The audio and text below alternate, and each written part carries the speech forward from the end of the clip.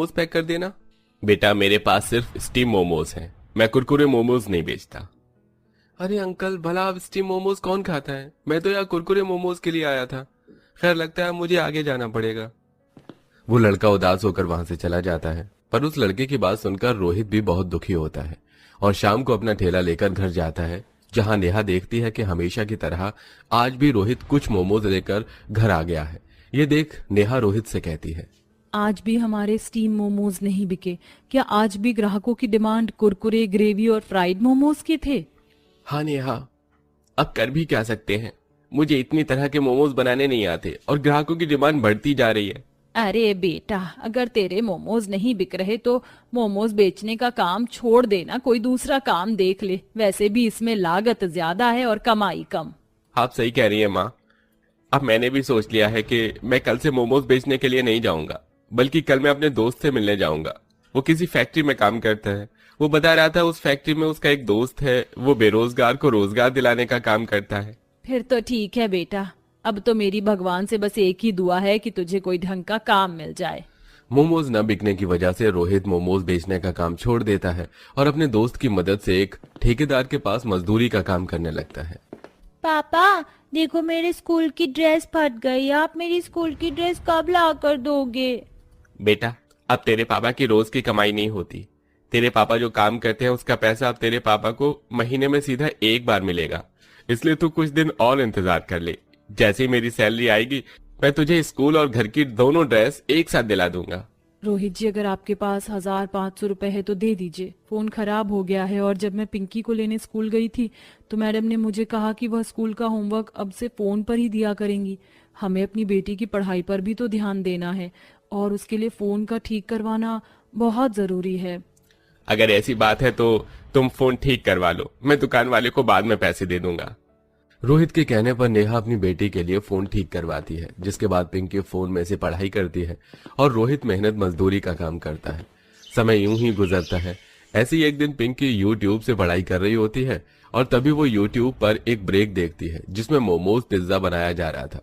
ये देखकर पिंकी अपनी माँ से कहती है, माँ ये देखो मार्केट में अब नया मोमोज पिज्जा आया है। अगर आप और पापा भी ऐसा ही मोमोज पिज्जा बेचो तो क्या पता पहले की तरह पापा का मोमोज पिज्जा बिकने लग जाए। और वैसे भी पापा की दुकान पर तो लोग अलग अलग टाइप के मोमोज खाने के लिए ही आते थे।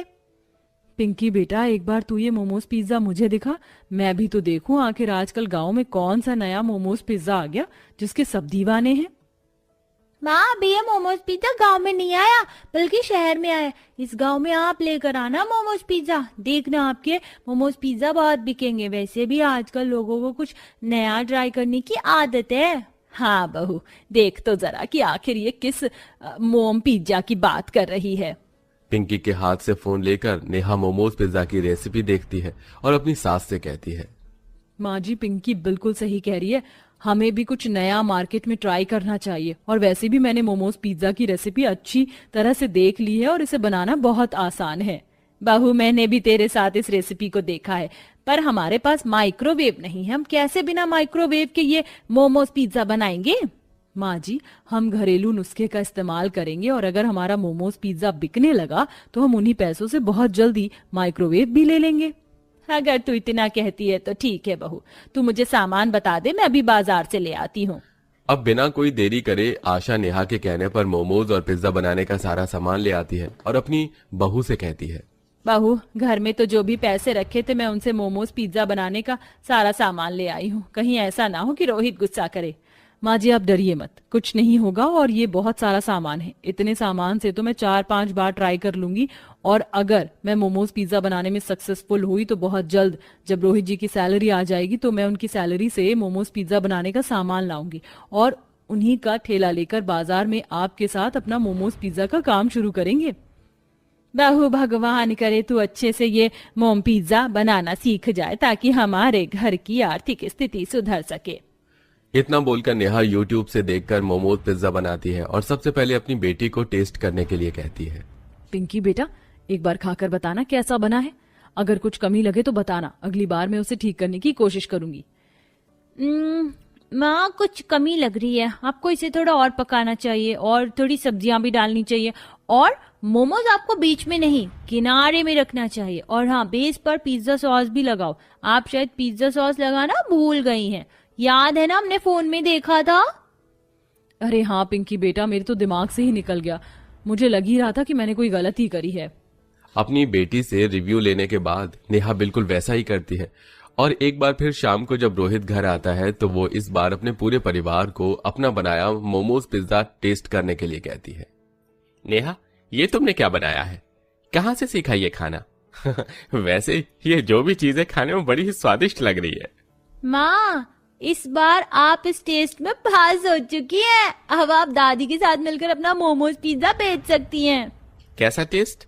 क्या चल रहा है आप लोगों के दिमाग में? अरे भाई कोई मुझे भी बताओ। बेटा, मैंने और बहू ने फिर से मोमोज का काम चालू करने का सोचा है।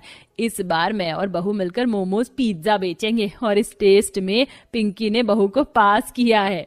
ये तो आप दोनों ने बहुत अच्छा सोचा है। भगवान करे आप दोनों का बिजनेस मेरे बिजनेस से अच्छा चले। आप दोनों चिंता मत करना, मैं आप दोनों के साथ हूँ। रोहित भी अपनी माँ और बीवी का इसमें पूरा साथ देता है और अगले ही दिन से नेहा अपनी सास के साथ मिलकर अपना मोमोज पिज्जा का ठेला लगाती है और तवे पर मोमोज पिज्जा बनाती है और बाजार में कुछ नया देखकर ग्राहक उनके ठेले पर आते हैं। फाइनली हमारे गांव में भी मोमोज पिज्जा आया है। वैसे मोमोज पिज्जा कितने के दिए हैं? बस 50 रुपए के। अरे ये तो बहुत सस्ता है।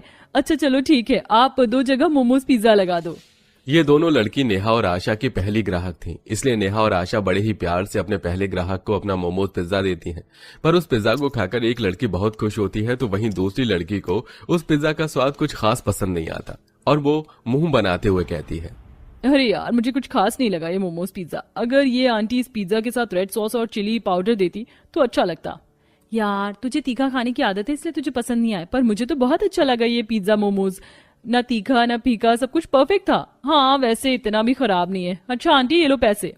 वे दोनों लड़की मोमोज पिज्जा खाकर वहां से चली जाती हैं, पर नेहा को अपने मोमोज पिज्जा का रिव्यू मिल जाता है और अगले दिन वो रेड सॉस और चिली पाउडर के साथ अपनी दुकान पर आई ग्राहकों को मोमोज पिज्जा देती है।